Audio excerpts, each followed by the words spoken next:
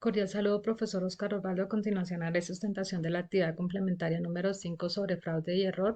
Soy la integrante del grupo G. Mi nombre es Elizabeth Vega Rincón.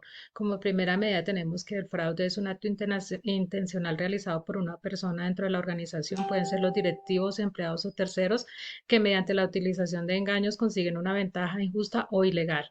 Los factores que influyen de riesgo para el fraude son los personales, culturales, estructurales y comerciales. Dentro de estos factores, pues los personales son los que tienen los miembros dentro de la organización, los culturales son los que están establecidos dentro de su entorno, los estructurales son los que están formados dentro de la organización y los comerciales son los que tienen que ver con factores externos a la organización. Los tipos de fraudes hay dos, unos que son los corporativos, que son los presentados dentro de los informes financieros, fraudulentos mostrando una revelación inadecuada de los mismos estados financieros de la organización, y los personales, que son la malversación de activos que involucran el robo de estos mismos dentro de la organización, es efectuado por personal que labora dentro de la misma organización. Eh, las condiciones que se dan para el fraude están determinadas de lo que se llama el triángulo del fraude, que están dados por los incentivos o presiones. Estos se dan cuando la administración o el resto de los empleados tienen factores para cometer errores materiales en los estados financieros y así cometer el fraude. Dentro de esto se tiene contemplado que se maneja un 9% de riesgo de los mismos. Las oportunidades son las circunstancias proporcionando la oportunidad para que las administraciones o los empleados presenten de manera errónea los estados financieros. En este se tiene determinado un 18%. Para las actitudes o racionalizaciones, el conjunto de los valores éticos que permiten a la administración o los empleados que hagan de manera intencional un acto deshonesto. Dentro de este rango está el mayor porcentaje, que es un 63% de generar un riesgo de fraude dentro de la organización.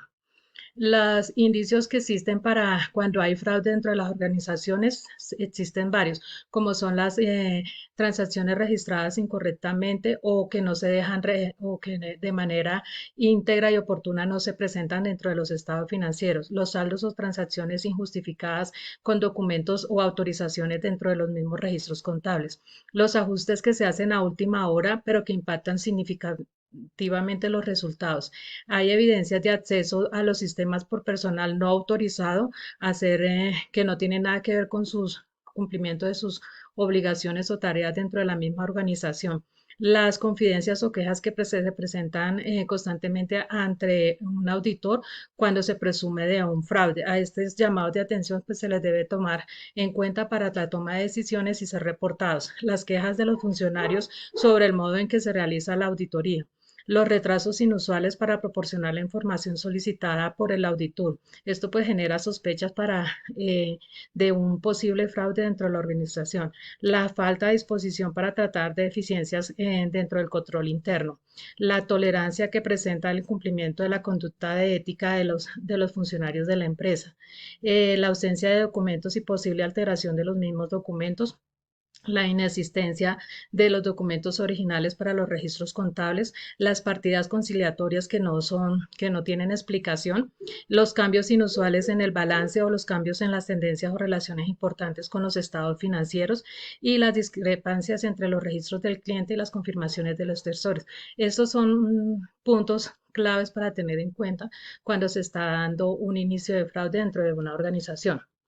Dentro de esto también cabe resaltar el concepto de corrupción, que es la que se presenta cuando una persona pone sus intereses personales por encima de los de la organización.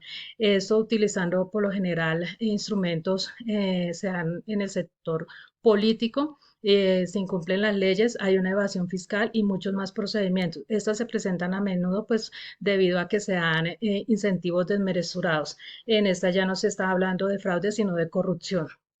La responsabilidad del autor, de un auditor frente al fraude, pues es primero identificar el valor y valorar el fraude ante el riesgo de que existan errores materiales dentro de la organización. Eh, Otro es obtener evidencia suficiente, si existe, de los errores materiales con el diseño y aplicación de los procedimientos adecuados a los riesgos de valorización.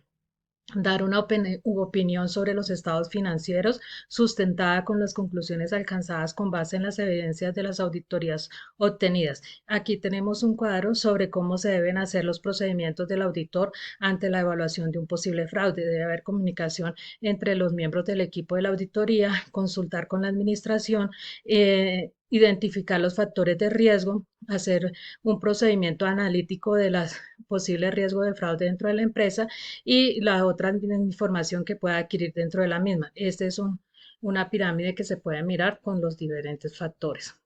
El fraude y su relación con el control interno, pues aquí se determinan las irregularidades como son las perpetradas dentro del marco y alcance de un sistema de control interno, las efectuadas con la manipulación de los sistemas y procedimientos del control interno, las ejecutadas por los niveles que se sitúan más allá del sistema del control interno. Estas son irregularidades que se pueden presentar. Tenemos las irregularidades con respecto a los estados financieros, que son aquellas que se afectan, por ejemplo, las cuentas de balance, que sean por disminución o aumento de los activos y de los pasivos.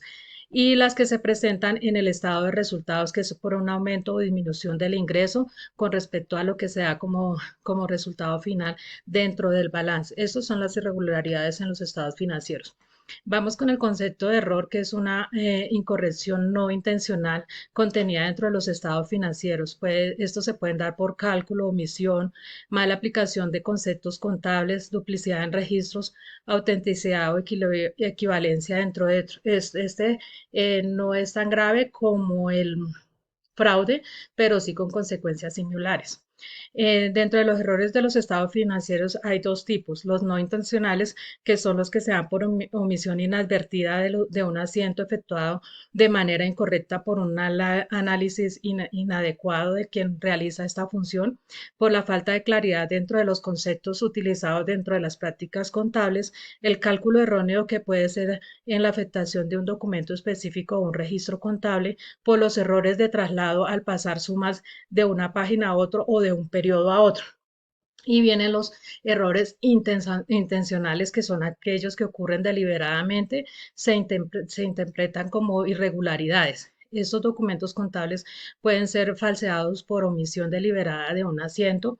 Las tergiversaciones se llevan de varias formas, como es el aumento indebido de los ingresos o de la caja en las ventas, o disminución de impropias de devoluciones en ventas, falsas relaciones de los inventarios físicos, etcétera. Estas son varias características de los intencionales. Hay varios delitos asociados con este tipo de errores, como son las tergiversaciones, las malversaciones, la colusión, la perpetración, el encubrimiento, los desfalcos no encubiertos, los encubrimientos temporales y los encubrimientos permanentes. Todos estos tipos de delitos son de carácter penal y por lo general conllevan a cárcel para quienes lo cometen dentro de la organización o dentro del sector público, dependiendo del sector donde se maneje. La inexactitud que nos conlleva dentro de la contabilidad es que proviene de irregularidades por negligencia o dolo, también por aspectos propios de la naturaleza de la contabilidad. Se presentan algo conocido como el maquillaje dentro de los balances. Esto es con el fin de mostrar datos erróneos al adulterar la verdadera situación de las empresas, dependiendo para lo que los vayan a presentar, en casos para mostrar más ingresos de los que son o menos ingresos, esto con el fin de tener una ventaja en diferentes aspectos. Se pierde el criterio, el reconocimiento y la medición de la presentación y revelación tanto por parte de los contadores de la empresa como de los auditores cuando se presenta esta inexactitud. Esto conlleva también a una error en la toma de decisiones. Entonces, como conclusión, tenemos que el fraude es un acto intencional, los errores no son intencionales, que es importante la imparcialidad y el debido proceder de los auditores frente a un hecho de fraude. Las empresas deben implementar los procedimientos y manuales éticos para prevenir el fraude dentro de sus organizaciones. Esta va dirigida tanto a nivel directivo como administrativo. La detección de errores de manera oportuna evitan la presentación de estados financieros adulterados que conlleven a toma de decisiones equivocadas. que los fraudes, teniendo en cuenta su intencionalidad y dependiendo de la magnitud del mismo, pues pueden determinar en condenas penales para los que los cometen. Es importante determinar la posición de un auditor dentro de la planeación mientras su revisión de su auditoría, y si es detectado un fraude, de manera inmediata lo debe dar a conocer. Aquí tenemos nuestras referencias. Muchas gracias, profesor, por la atención prestada.